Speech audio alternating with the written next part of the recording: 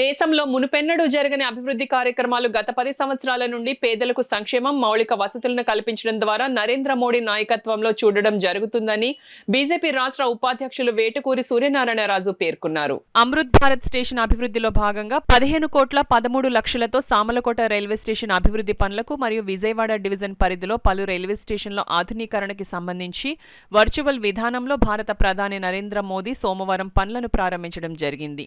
Samarlakota railway station manager ఎం రమేష్ ఆధ్వర్యంలో railway station మొదటి ప్లాట్ఫారంపై కార్యక్రమాన్ని నిర్వహించగా బీజేపీ నాయకులు, రైల్వే సిబ్బంది పాల్గొన్నారు.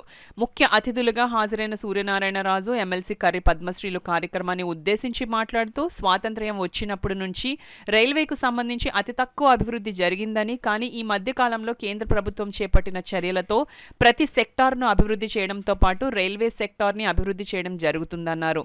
సుమారు 72 కార్యక్రమాల ద్వారా సుమారు 3,141 కోట్ల రూపాయలతో ఆంధ్రప్రదేశ్లో అభివృద్ధితో పాటు ప్రధాని నరేంద్ర మోడీ కోనసీమ రైల్వే లైన్లకి సుమారు 1,000 కోట్లు కేటాయించడం జరిగిందని వారు పేర్కొన్నారు. ఈ కార్యక్రమంలో బీజేపీ రాష్ట్ర అధికార ప్రతినిధి Peddireddy Ravikiran, railway ZRUCC member Y D Ramarao, Peddapuram BJP convener Vittanala Venkataramana, Paida Bhavana Prasad, Tummala Padmaja, Vijayawada division nodal officer ADRM Ramakrishna, Sunkavilli బాపిరాజులు పాల్గొన్నారు. అంతకుముందు పలువురు విద్యార్థినులచే పలు సాంస్కృతిక కార్యక్రమాలను నిర్వహించి వారికి బహుమతి ప్రదానం కార్యక్రమాన్ని ముఖ్య అతిథుల చేతుల మీదుగా నిర్వహించారు. Connectivity, safety and efficiency across the length and breadth of our vast railway network.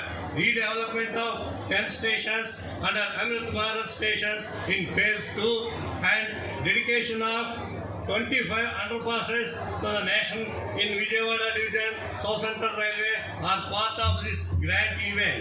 Honorable Prime Minister Shri Narendra Modi ji, visionary leadership and unwavering commitment to the advancement of our railways have been instrumental in driving transformative reforms and initiatives.